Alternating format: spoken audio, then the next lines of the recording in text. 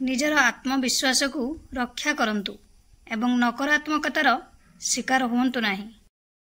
जया किशोरी केवल जड़े आध्यात्मिक वक्ता नुहंती बरं युवपीढ़ी प्रेरणा। तांकर चिंताधारा वक्तव्य एवं कहानी गुड़िक आजिर समय रे जीवन को सठिक दिग्दर्शन देबारे साहाय्य करे। तांको कथारे गभीरता अछि जहा सीधा सड़क हृदय एवं आत्मा को स्पर्श करे। आज आमे जया किशोरी एक अत्यंत शक्तिशाली चिंताधारा विषय रे जानिबा।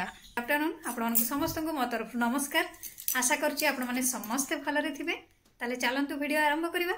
किंतु वीडियो आरंभ करबा पूर्वरु आपण मानक भितर केहि जदि आज मो चैनल ले नुआ थांती ताले प्लीज प्रथम मो चैनल को सब्सक्राइब कर दियंतु। पाखरे थिबा बेल आइकन को क्लिक करंतु जहा फल रे मो नुआ नुआ वीडियो रो नोटिफिकेशन आपण मानक पाखरे खूब शीघ्र पहुंची जिवो।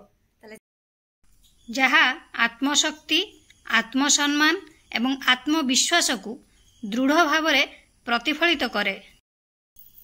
जया किशोरी प्रेरणादायक विवृत्ति तुम भितर थिबा आलोक को मलिन करने को चेष्टा करुवा लोकों विरुद्ध रे ठिया हुओ। तुमे निज भितर थिबा आलोक को मलिन करने को चेष्टा करुवा लोकों विरुद्ध रे साहसर सहित छिड़ा हुओ। एही उक्तिटी विशेष करी सेमानंक पई सत्य जेउ माने समालोचना नकारात्मकता एवं समाजर प्रत्याख्यान जोगु निजर आत्मविश्वास हराई बसंती। अनेक समय रे लोक माने आपणकर आत्मविश्वास को भांगिबा को चेष्टा करंती। सेमाने आपणकर प्रतिभा आपणकर आग्रह एवं आपणकर साहस को हीन करबा को चेष्टा करंती। किंतु जया किशोरी जींकर एही उक्ति आमको शिक्षा दिए जे जदि तुमे निजे पराजय ग्रहण न कर तेबे केही तुम भितरे थिबा दिव्यता एवं शक्ति को छड़ाई नहीं पारिबे नाही। नकारात्मकता सहित किपरि मुकाबिला करिवे जया किशोरी कौन कुहंती आसंतु जानिबा। जेतेबेले लोकमाने आपणकर आत्मविश्वास को भांगिबा को चेष्टा करंती सेतेबेले कौन करिवे?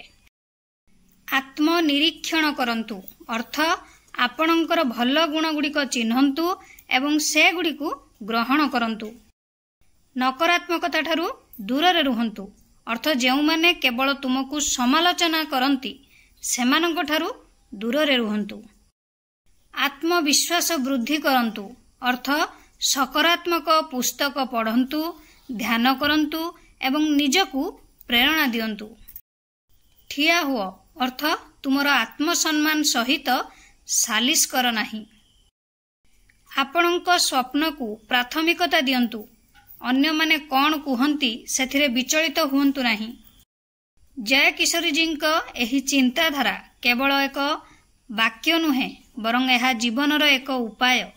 जेतेबेले आमे आमर आत्मविश्वास आलोक एवं आग्रह को बजाय रखिबु सेतेबेले आमे आमर लक्ष्य आड़कू आगु को बढ़ी पारिबा।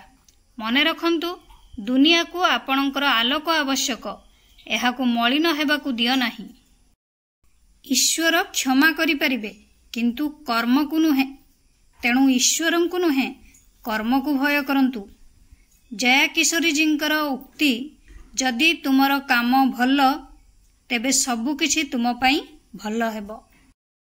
आम जीवन रे अनेक समय एपरि आसे जेतेबेले आमे भाबु थाउ जे आम सहित जहा घटुछि ताहा काहींकी घटुछि।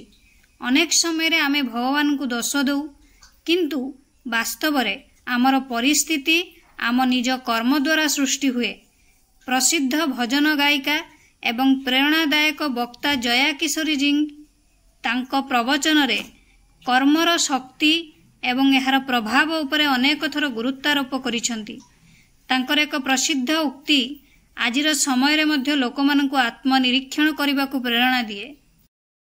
कर्म एवं जीवन उपरे जया किशोरी उक्ति तुमे निश्चित भाव रे तुमर कर्मफल पाइब।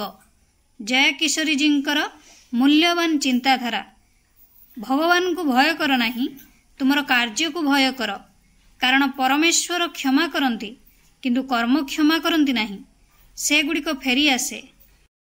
भारतीय संस्कृति रे कर्मर एक गुरुत्वपूर्ण स्थान अछि यह विश्वास करा जाए जे आमे जहा भी करू आमे समान फल पाइबू।